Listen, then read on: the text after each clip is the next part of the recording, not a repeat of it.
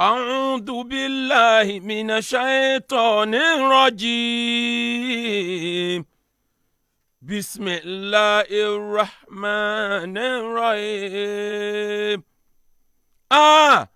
kábíyèsí ọba ńlá, ọba sógesóge, ọba tí dára oge sára ń tó bá dá. ọba mi tí kì í sọba ọ̀bùn, tó fẹ́ máa gbára ọlọ́run bó ṣe tó, tó bá fẹ́ mọ̀ bá gbára ọlọ́run ṣe tó, tó sì fẹ́ mọ̀ pé ọba sógesóge lọ́lọ́run. tó bá ń bọ̀ látòkè sánmọ̀ nínú aircraft, nínú aeroplane, ìwọ wo orílẹ̀ ayé, ó rí bọ́lọ̀ ń ṣe oge sí orílẹ̀ ayé. ayé mà fáìn púpọ̀ jù. tó bá ń bẹ lókè sánmọ̀ ó mọ̀ pé sánmọ̀ ò fáìn. atẹ́gùn lọ nígbà yahoo tí ò sí nǹkan kan tá a fi dírẹ́sì ẹ̀ lẹ́yìn ìràwọ̀ tọ́lọ̀ ń fi dírẹ́sì òkè sánmọ̀.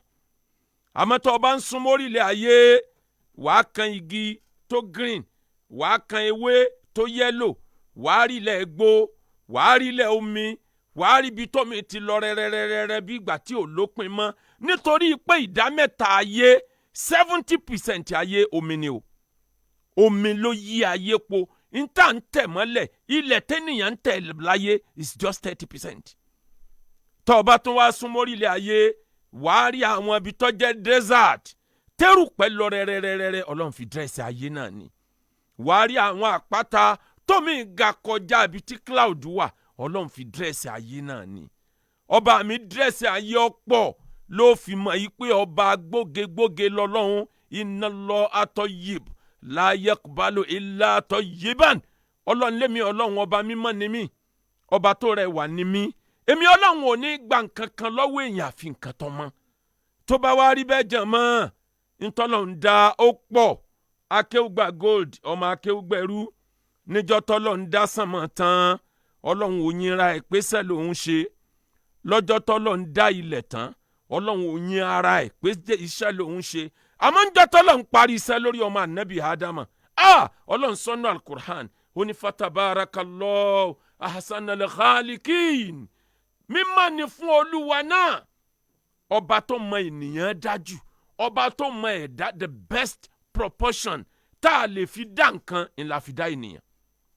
ètò túmọ̀ sí pé ènìyàn jọ ọlọ́run lójú.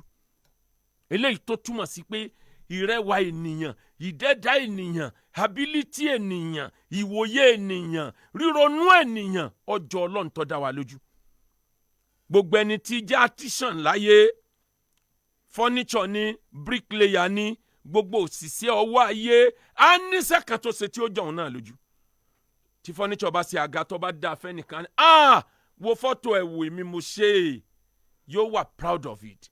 bricklayer ní lọ wo létí mo rẹ́ fún Mr. alágbájá, wàá rò pé wọ́n rẹ́ sìmẹ́ǹtì yẹn àti blọ́ọ̀kù, wàá rò pé wọ́n sọ̀ wọ́n kalẹ̀ lẹ́ẹ̀kan náà ni. iṣẹ́ ìjọ lójú ni. gbogbo ohun tí wàá ń bẹ láyé kò sí ń tọ́jọ́ ọlọ́run lójú àfẹnìyàn. ènìyàn jọ ọlọ́run lójú lọ́lọ́run fi ní fatabarakallahu. mímọ́ ni fọ́lọ́run, ọba tó mọ nǹkan dájú lọ. kí ni tá ń bára wa sọ̀rọ̀ lálẹ́ ìnílé lórí? òun ni pé lọ gbóge. àìmọye obìnrin tó ti lùsì ọkọ nítorí pé kò mọ̀gé ṣe. àìmọye ọkùnrin tó lùsì ìyàwó nítorí pé kò mọ̀gé ṣe. ẹ̀sìn oge ní Islam fa. anabi wa Muhammad sallallahu alayhi wa sallam, anabi jókòó njọ́ kan, sàhábà kan bá dé, ó ń wo ọ̀nà ọ̀dọ̀ anabi, ó ń sálámà, anabi gbójú ẹgbẹ́ kan bí ìgbà tí ò rí. ó tún délẹ̀ ẹ̀kejì, ó sálámà, ó wọ ọ̀nà ọ̀dọ̀ anabi, anabi gbójú bí ìgbà tí ò rí. ìgbà tó délẹ̀ ẹ̀kẹta, hadithu sahih, anabi wa mú ọwọ́ rẹ̀ ń fi signal sí irùngbọ̀n rẹ̀ pé irùngbọ̀n rẹ̀ ìtakókò lọ́ọ̀yà irùngbọ̀n yìí jẹ́ kó neat. arákùnrin yìí wá lọ ya irùngbọ̀n ẹ̀, ọwọ́ ẹ̀ gbogbo ẹ̀ neat, ọwọ́ apàdà dé. anabi lọ́kọ́ sálámà sí kóńgó tó sálámà sí anabi sallallahu alayhi wa sallam. anabi tẹ́rí yẹn tànàbì bá dúró báyìí, ọ̀tọ̀ lórùn perfume tẹ́ mọ̀ gbọ́n wájú, ọ̀tọ̀ lórùn lọ́fíńdà tẹ́ mọ̀ gbọ́ lẹ́yìn. ẹni ó dúró lẹ́gbẹ̀ẹ́ ọ̀tún ọ̀tọ̀ lórùn lọ́fíńdà tí ó mọ̀ gbọ́, ẹni ó dúró lẹ́gbẹ̀ẹ́ òsì ọ̀tọ̀ lórùn lọ́fíńdà tí ó mọ̀ gbọ́. anabi a máa pààrọ̀ aṣọ lẹ́ẹ̀mejì lọ́jọ́ mi. gbogbo ẹ̀ ń fi ń kó ẹ̀ wá bá Islam. ibo ni wọ́n ti wá rí mùsùlùmí tiẹ̀? mùsùlùmí ọ̀bùn, mùsùlùmí tí ọ̀dọ́ lọ́hùn mọ̀, ọba tó ní wá ó fẹ́ràn pé ká ṣe mọ́tótó, ọba tó ní wa ó fẹ́ràn kí gbogbo nǹkan ó neat. ẹ wo Ọlọ́run kí ni ìdí tọ́lọ́run fi ń rọ̀jò sáyé torí kó lè fọ ayé mọ́ ni. ẹ wo àwọn oṣù tá a bá wà nínú dry season nínú ẹ̀rùn tí ò bá sí òjò ẹ̀rí tó rúkú ọ̀bọ gbogbo nǹkan koríko gan ò ní rẹwà mọ́ eruku ti bò gbogbo ilé gan ò ní rẹwà mọ́ eruku ti bò. ọba mi ó wá sọ òjò kalẹ̀ látòkè sánmọ̀ kó wá fọ ìdọ̀tí kúò lórí ayé káyọ̀ tún bright padà. ọba mi ó wá lo òjò tó rọ̀ láti sánmọ̀ gbogbo ewéko tó ti kú pátápátá Ọlọ́run wá bẹ̀rẹ̀ sí jí dìde. ọ̀bùn ògbéni débì kan o kárọ̀ra ṣe ìyàwó lé. ọ̀bùn ògbéni débì kan kárọ̀ra ṣe. ọ̀bùn ràìràì ọjọ́ àná o wọ́n padà sábà mọ́. ọ̀bùn ògbéni débì kan kárọ̀ra ṣe. ọba tó dá wa Ọlọ́run sọ nínú Al-Qur'an àwọn ọmọ tí wọ́n lè jáná sùn tẹ̀lé mi àmọ́ mo ti ṣàdéhùn sẹ́ títí tí ó fi di ìparí oṣù keje wọn ò ní jẹ́ nìkan jáná sùn wọn dá wá sí ìṣe di ìparí oṣù keje ni. kí lọ́lọ́run sọ nínú Al-Qur'an ọlọ́ni ya ayu alladina amanu kudhu zinnatakum inda kulli masjidin.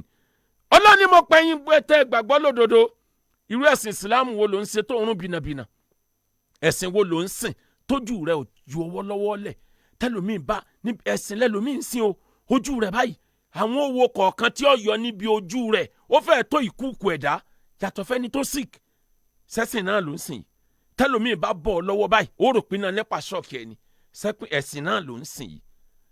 Ànábì ní kudhu zinnatakum inda kulli masjidin.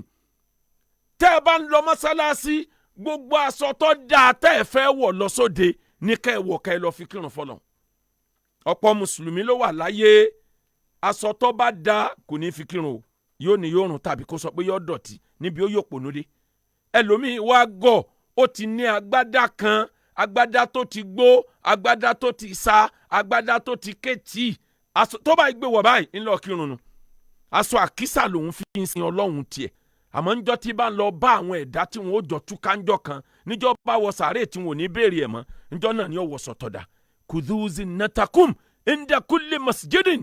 Olúwa ní ẹ gbọ́ ẹ máa sí ẹ̀ṣọ́ ní gbogbo ìgbà tẹ́ ẹ bá ti fẹ́ lọ kírun ní mọ́sálásí ẹ ṣẹ̀ṣọ́ ara ẹ ṣẹ̀ṣọ́ mọ́sálásí bọ́ bá di àwọn ìlú tí Islam tó jẹ́ ìlú ẹ̀sìn la ilaha illallah ó wọnú mọ́sálásí mi ó rí pọ̀ dá jùlé president country wọn lọ. láwọn mọ́sálásí rọ́ọ̀gì ní rẹ́rẹ́rẹ́rẹ́ yìí èsì ní ń ké lulululu yìí iná lọ́lọ́ rẹ́rẹ́rẹ́rẹ́rẹ́ yìí gbogbo ara ògiri ní ń dán láwọn mọ́sálásí gidi. yàtọ̀ fún mọ́sálásí tó fẹ́ kírun tó mọ̀ forí kó jàǹkárí wọ̀ yàtọ̀ fún mọ́sálásí tó fẹ́ kírun òórùn tọ̀ ní ọ̀fẹ́ mu òbí níbi ó ti forí balẹ̀. gbogbo orú àwọn nǹkan báyìí kò bọ́ lọ́hùn lára. inna Allaha tayyib la yakubalu illa tayyiban. ọba tó máa lọ lọ́hùn ọba wa ò sì ní gbà kankan àfi nǹkan tó máa. fúnra Ọlọ́run ló sọ fún anabi wa Muhammad sallallahu alayhi wa sallam ọlọ́ni anabi wa thiyabaka fatahhir. máa rí pé anabi appear neat anywhere tó bá wà máa jẹ́ ká sọ̀rọ̀ neat wa thiyabaka ìyẹn ń túmọ̀ jámùú nìyẹn ìyẹn ń túmọ̀ sí pé aṣọ kan kọ́ lànàbì rí aṣọ kan kọ́ lànàbì ní different type of dresses lànàbì ní.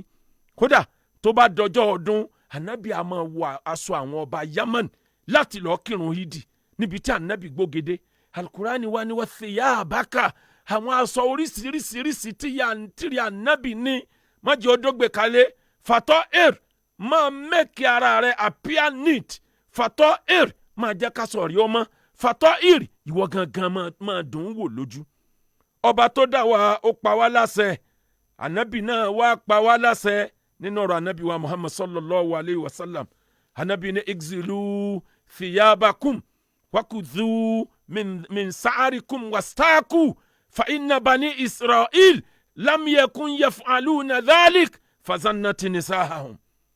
ìgbà tá anabi fẹ́ bẹ̀rẹ̀ ọ̀rọ̀ oge ṣíṣe orí àwọn ọkùnrin là anabi ti bẹ̀rẹ̀ ẹ̀gbọ́n tá anabi wí ni anabi ní igzilu thiyabakum ẹ̀yin ọkùnrin ẹ máa appear neat ẹ máa appear attractive wakudhu min sa'arikum anabi ní ẹ máa gẹrun orí yín tọkùnrin mi bá gbé apá òkè báyìí abíyá rẹ̀ ẹ rò pé gbọ́ àgàlà ni wọ́n lè pa ẹ mọ́ nínú abíyá ọkùnrin mi níbi tí ò lójú ti dé abíyá omi ti tún wá pọ́n mọ́ lábíyá irun abíyá ti tún pọ́n mọ́ lábíyá ẹni ó fẹ́ jẹun tó bá rírú ẹ̀ yóò fẹ́ lébi. Ànábì ní ẹ mọ wakudhu min saharikum má jẹ́ kírun ó kún bò ọ́ lójú má jẹ́ kírun ó kún bò ọ́ lára gbogbo bí kọ́lọ́fín ara máa dírun bẹ̀ kù abíyá tó ń sí òkè téèyàn ń bì yìí ó lè rí ìyàwó gidi fẹ́ o bọ́ ọ bá rí ìyàwó gidi fẹ́ àwọn tí wọ́n ní títí agbóge lè gbàyàwó lọ́wọ́ rẹ̀. Ànábì ní wọ́sítáàkù ẹ máa wá ròrín ẹ má máa jẹnu yín oorun ọ̀ ń gbẹnu síyàwó ẹ̀ láti kiss kò sóbìnrin tí ò láìkì kissing tó bá ti ń dé level tíyàwó ń sọ pé èmi ò láìkì kissing jèrè fura síra ẹ̀ ẹnu ẹ̀ irun bíi septic tank ni ẹnu ẹ̀ rùn bíi sókèwé ẹnu ẹ̀ rùn bíi tọ́lẹ́ẹ̀tì ọgbẹ́nu síyàwó ẹ̀ lẹ́nu pé babalágbájá ẹ̀ wo èmi ò láìkì rédèrèdè mi ò láìkì ó sì lè má láìkì kissing. Ànábì gan ni tẹ́ ẹ bá fẹ́ súnmọ́ yàwó yín ẹ̀ fún kissing ẹ sì sọ̀rọ̀ rẹ̀ fàlìyẹ́kùn baynakuma rasul ẹ rán òjíṣẹ́ kẹ́ ẹ tó súnmọ́ra yín. Àwọn èèyàn wá béèrè pé ànábì kí ni òjíṣẹ́ tó ní aràn ànábì ní alkubla walkalam ẹ kíìsì ara yín ẹ sì sọ̀rọ̀ rẹ̀ jáde lẹ́nu. Ànábì wá ní wọ́sítáàkù ẹ rorin o ẹ̀yin mùsùlùmí ẹ máa jẹ́nu yín ó mú òórùn tó dáa jáde má lọ tàbùkù súnà ànábì. Lóòótọ́ ni pé súnà ànábì ni pé nínú àwẹ̀ ẹnu aláàwẹ̀ a máa rùn fẹ́sí tó bá mọ níwọ̀nba ni ẹni eyín ẹ̀ ti jẹrà tẹ́lẹ̀tẹ́lẹ̀ téyín ẹ̀ rùn tọ́wá tún wá dínú àwẹ̀ tó tún gbá àwẹ̀ irú wọn wá burú bí bá ti ń gbẹnu sí ọ tó ń sún mẹ́yìn ni ó tó máa gbé ẹnu sí ọ báyìí yóò fẹ́ lè ti ẹnu ń bọ̀ ọ́ lẹ́nu. Ànábì ní fa inna bani Israel àwọn ọmọ Israel láyé jọ́hún lam yakunu yaf'aluna dhalik wọ́n ṣe nǹkan tẹ̀mí ànábì wí wọ́n gbóge wọ́n neat wọ́n rùn dáadáa fasannati nisa'ahum làwọn ìyàwó wọn bá bẹ̀rẹ̀ zina. Ìyẹn ń jẹ́ ká mọ̀ yìí pé obìnrin lè ṣe zina látara pọ́kọ rẹ̀ wà presentable. Ọkùnrin mi ọmọ bọ̀ àwọn èèyàn ọmọ bí ìyàwó léèrè pé ọkọ ẹ̀kọ́ ló ń bọ̀ yóò ní èmi kẹ̀ ẹ̀gbọ́n mi ni kì í sọkọ mi nígbà jẹ́ pé irun tàìtàì ni irun bí eku tí wọ́n sẹ́ wì tán ni.